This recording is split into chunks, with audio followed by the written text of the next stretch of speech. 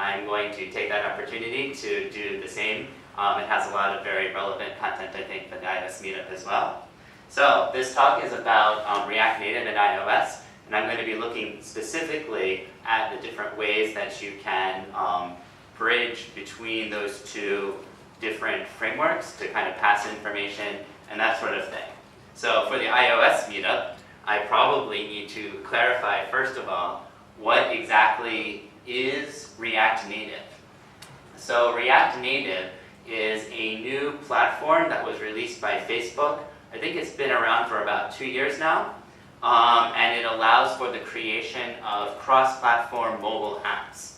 So among the key things about React Native is, first of all, it's written in JavaScript, and prior to the release of React Native, if you do web development, you probably know, especially like front-end web development, but Facebook released a very popular front-end web development framework called React.js. And that has gained, I think, a lot of traction in the web community.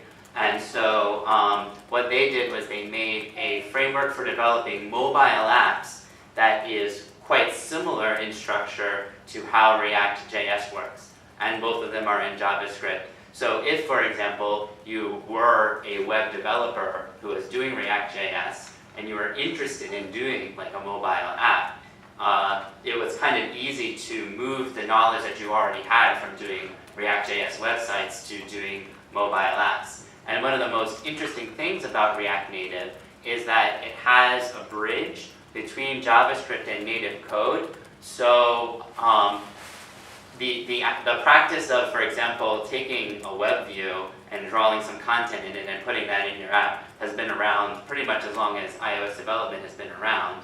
But it's generally known that your users can probably tell the difference. Like the web view apps have just a little bit of a different experience when they're scrolling, when you push buttons, that kind of thing. So it's usually kind of seen as a more like second-rate experience. So if you really care about having a very good mobile experience, you still want to use native. I think that's still the general rule of thumb.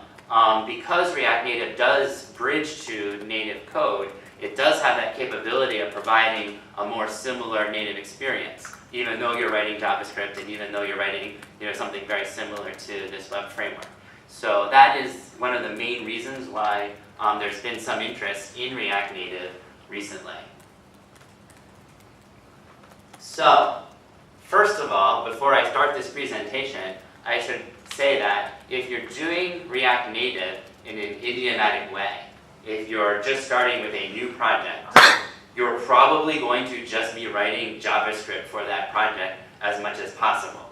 So when you see this presentation, you should understand that this is what you do when things go wrong, or when you have a specific thing that you want to accomplish that can't be accomplished. This is not the normal experience that you would have doing a React Native application. So it might seem like a little bit more scary, or we're going to be using some like C macros and things. So this is a little bit more kind of difficult looking, but it's not really supposed to be your average experience when you're using React Native. This is a bunch of special cases, basically. So I want to maybe say that before I get into don't judge what it's like to use React Native based on this presentation, is essentially the reason why I have this slide. And another thing I might say is, so why do you need to do this in the first place, or why would you consider trying to bridge between native iOS code and React Native code? So the answer to that might be, for example, maybe you already have an app that you've released that's a native iOS and native Android code, but you're thinking long-term for your business or something, like, okay, well, React Native is very interesting. We could share a lot of our code. We could write JavaScript code and share that between these different applications. For example, Instagram is apparently using React Native, and they're saying that they can share like 80–90% of their code among iOS and Android. So that's quite a considerable amount of code sharing. So maybe if you're interested in that as like a long-term strategy for your business or for your app, but you already have an app that's in practice, you might need to gradually move to React Native. So you might want to consider like, okay, this part of the app will be written in React Native and the rest of it will stay native for a while. That's one example of why you might want to do this. A second reason why you might consider bridging is you might want to use some native technology that is not yet, that doesn't have like a JavaScript wrapper for it, basically. So I don't know, probably by now somebody has written an ARKit wrapper for React Native, but hypothetically, like, Apple releases this new framework and you're like, oh, I want to use ARKit in my React Native app. Since it's a brand new framework, maybe that doesn't exist and you would have to do it yourself.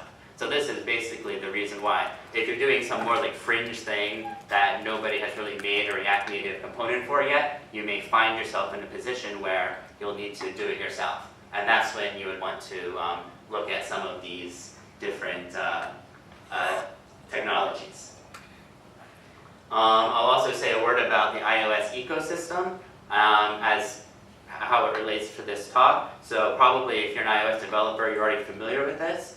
But in the iOS ecosystem right now, we have two first-class languages. The first one is Objective-C, which is the legacy language that all of Apple's frameworks have been written in up till recently. And so there's a whole ton of legacy iOS code. If you have an app that you released several years ago that you're still maintaining, it's still quite possible that you're doing things in Objective-C. Also, Apple introduced Swift in 2014, and this is the new language that has a lot of cool and interesting features. Swift has the ability to interact with Objective-C's runtime, so you can, of course, use Swift classes in Objective-C with some restrictions, and vice versa. You can use Objective-C classes in Swift, things like that. One important thing for what I'm about to say with respect to React Native is that one of the big changes that Swift made was that it's starting to rely a lot more on compile time constructs. So basically, Objective-C is actually a very dynamic language. Like in Objective-C, unlike some other languages like C++ or something, if you wanted to create an entirely brand new class while your application is running, you can actually do that. It's possible. If you want to add a method to a class or replace an existing method on a class in Objective-C, you can do that. Again, not recommended, but you can do it. It's a very dynamic language. And Swift is actually kind of trying to move away from that type of dynamism and having more things determined by the compiler. So where that gets to be important is that React Native really is JavaScript, which is also a very dynamic language. And so the compatibility between React Native and native iOS is through the Objective-C runtime. So effectively, I'm going to be giving virtually all the examples in React Native, in Objective-C. And the key point here being is it's much easier actually to do this bridging through Objective-C, and if you want to bridge Swift classes with React Native, you're going to have to do a little bit of Objective-C anyway to make it happen. One other thing for people who are thinking about doing who are trying to move a legacy application to React Native, one of the things I found is that React Native does try to impose its project structure and thinking on your project. So I know most legacy iOS applications or something you maintain for a long time, you probably already have your own sort of structure of where folders go and things like that. So just to note that if you are thinking about including React Native in an existing application, that React Native really wants to use its structure, and so you're going to have to understand a little bit about that structure and maybe be open to the idea of incorporating React Native's ideas about how your app should be architected. So aside from those points though, I'm going to, for the core of this talk, go over 3 different ways that a React Native and iOS application, or iOS native layer code, I guess, can interact with one another. First of all, I'm going to talk about those interactions at a UI level. Secondly, I'm going to show how you can take an Objective-C and even a Swift class and then call methods on that class in JavaScript. And then the third thing I'm going to show is a mechanism for sending events from native code into JavaScript using a kind of observation pattern. So first of all, let's look at the different types of UI interactions. So first of all, it's maybe interesting to note that all React Native apps live inside of a class that is a subclass of a UI view. So as hopefully most iOS developers, if you've done even kind of basic iOS development, are familiar with UI view. It's the standard UI class that you use. It's basically like a square on your screen that you can do things. You can make it colors. You can have subclasses that have like UI label or UI text view to have text. But basically a UI view is the core visual component of iOS apps. And a React Native app actually is basically embedded inside of a UI view. And you can declare one like this. RCT root view, and you initialize it with a bridge, a module name, and some initial properties. I am not going to explain what those parameters mean during this talk, but you can look that up. We will talk about initial properties though. So the key thing here is that because a React Native app is essentially contained inside of a UI view, you can do all of the standard things with it that you can do with a normal UI view. So I can create a React Native app, give it a frame so that it's only 200 pixels high, and add that. And now my entire React Native JavaScript app is going to be like 200 pixels, and the rest of it's going to be whatever my app is. So the other thing is, just like a UI view, if you're using auto layout and you want to put constraints on that view to place it somewhere inside of your app, you can also do that. So a React Native app can basically be placed inside of your app in a very standard iOS way. There is one cool catch though. So in iOS development, for example, we often have this problem of so I have this view, and that view has text inside of it. And I would like that view to be the size of the text that's in it, but not bigger or smaller. But maybe I don't know how much text is going to be until, during runtime, I'm going to figure it out.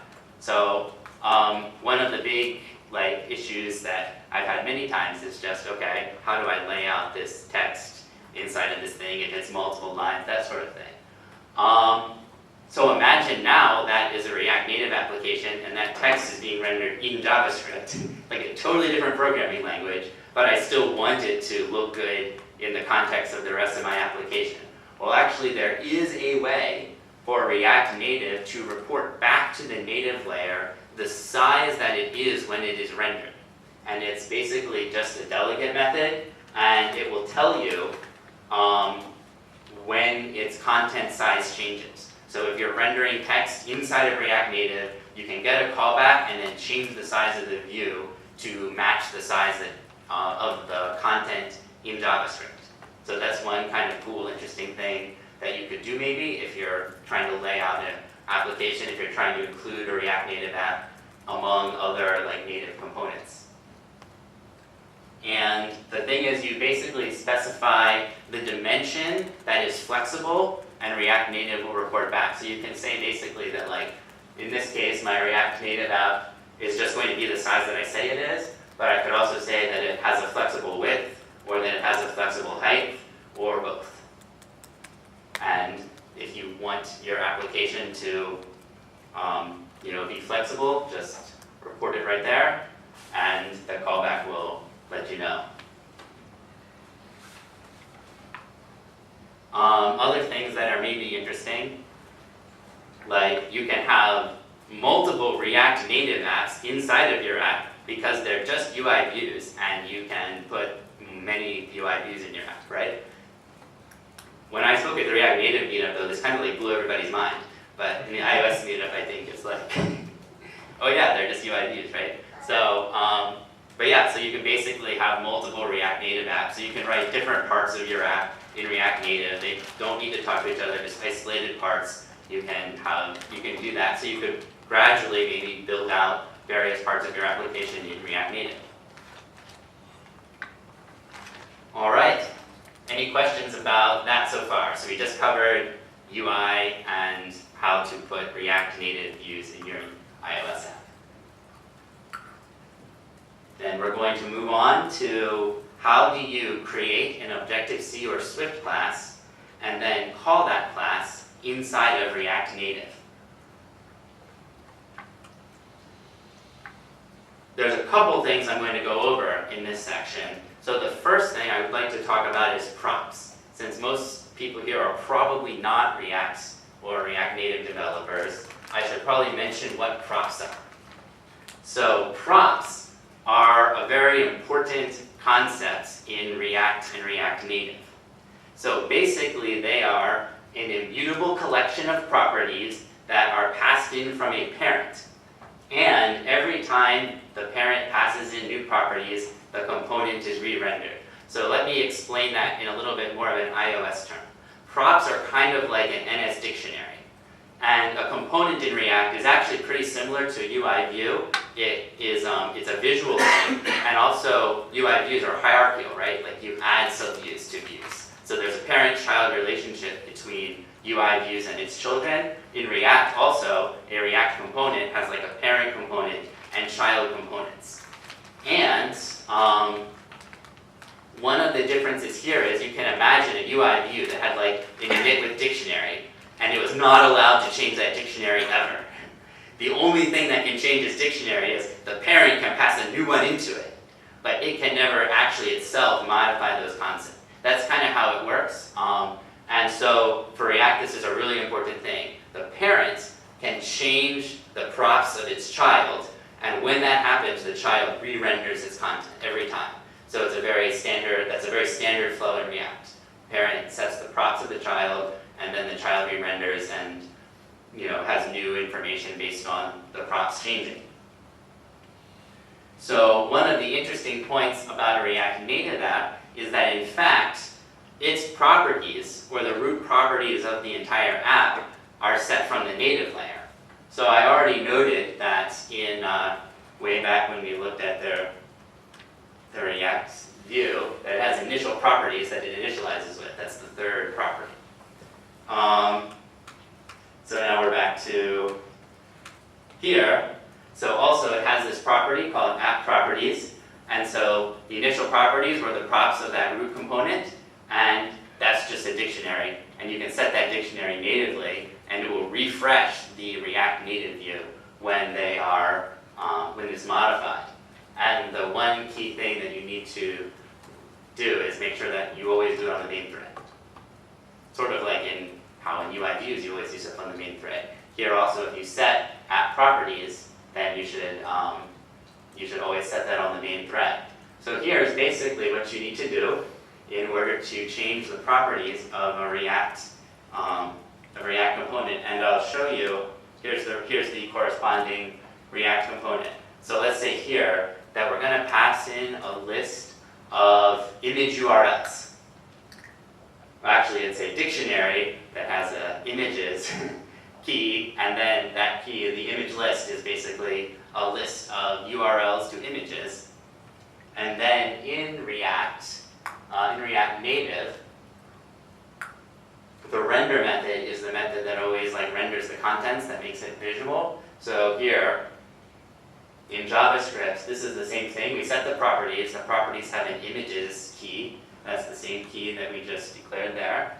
Properties has an images key, and then we just go over each one of them, and then we call this render image method, which uses what we passed in to load an image. Kind of like React Native has this HTML, HTML, this is like an image tag. But broadly speaking, that's how it would work. So you can change the properties in native code, and your React Native component inside of that RCT root view will now load a bunch of images and display it in your app.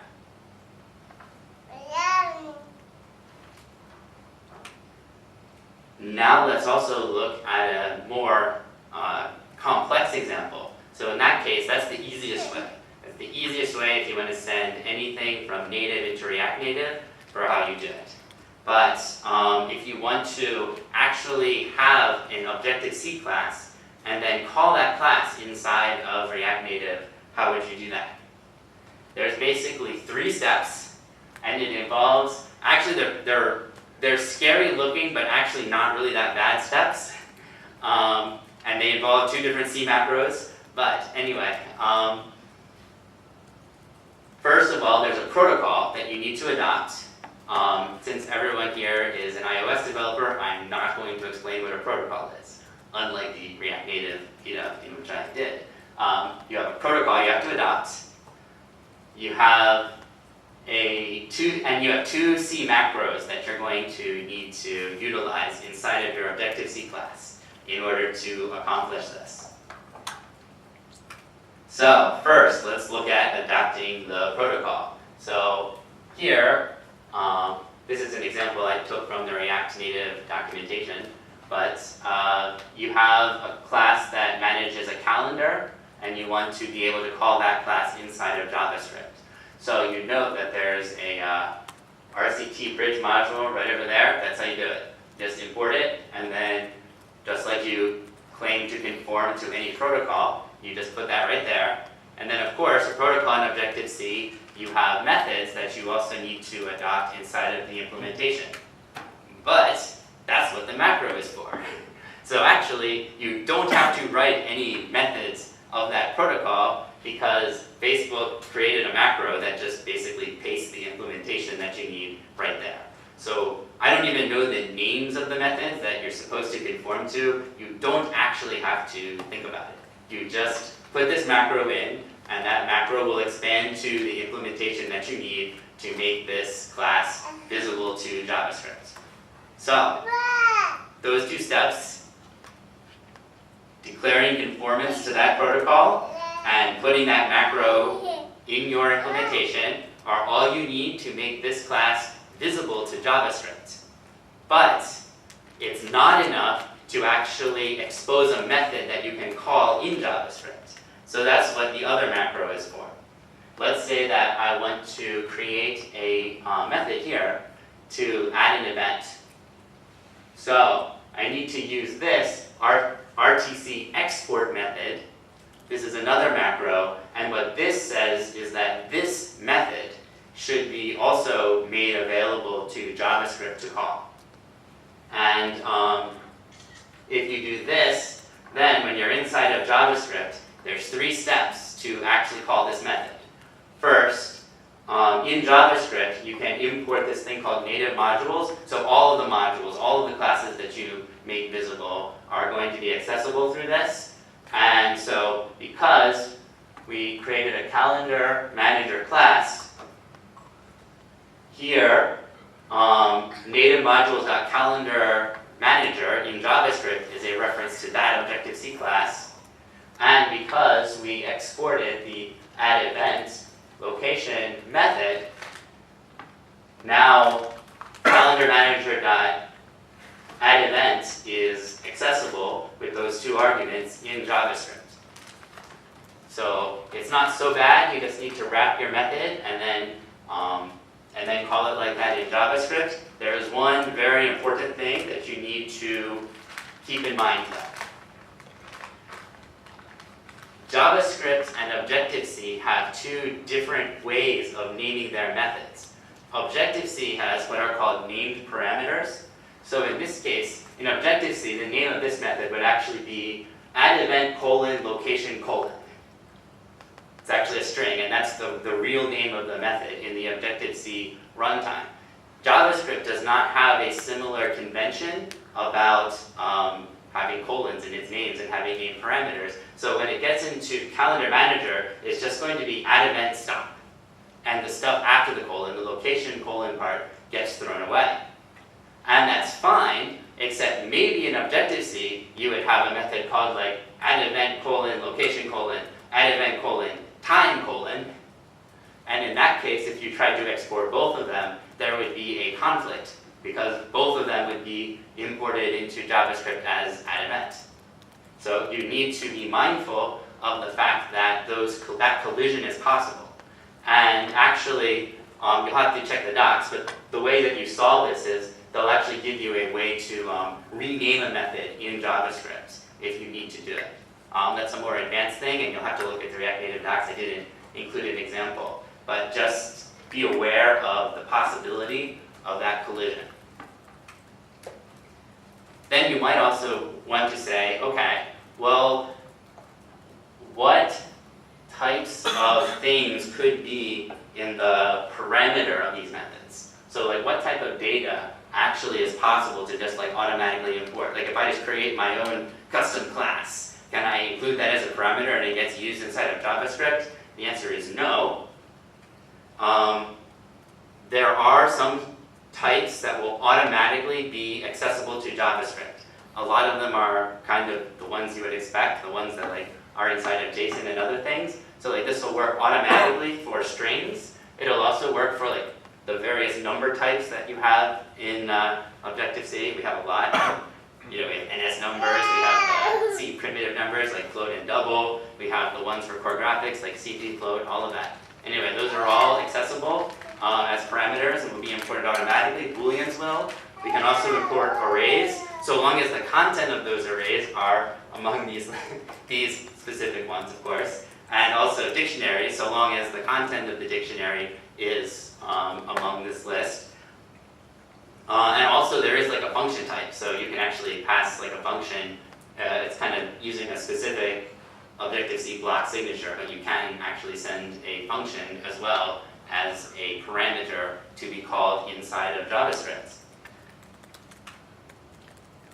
And there's actually some additional support for converting things, and Facebook provided some default conversions.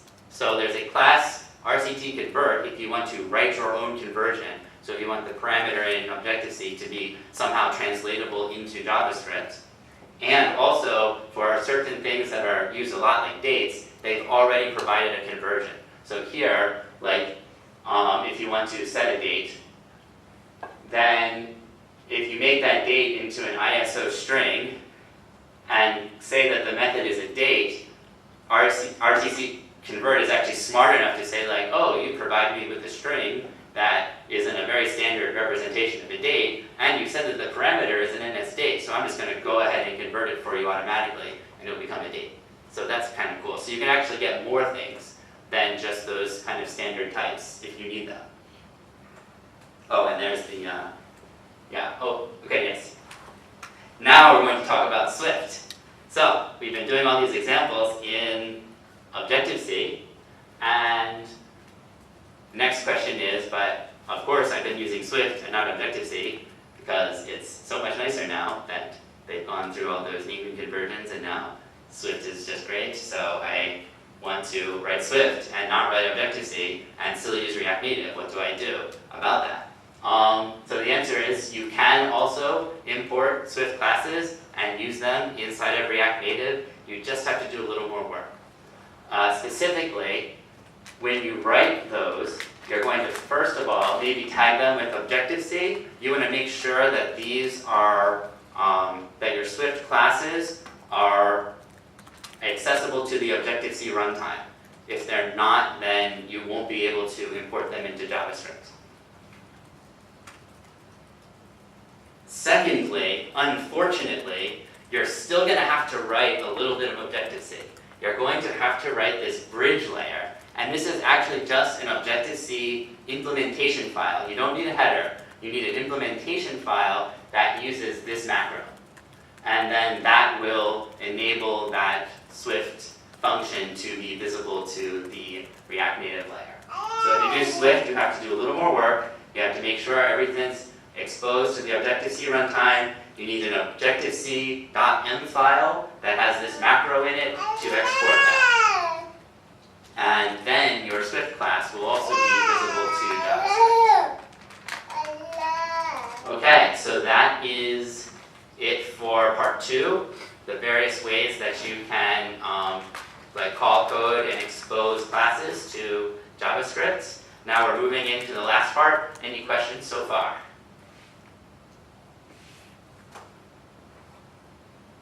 Great.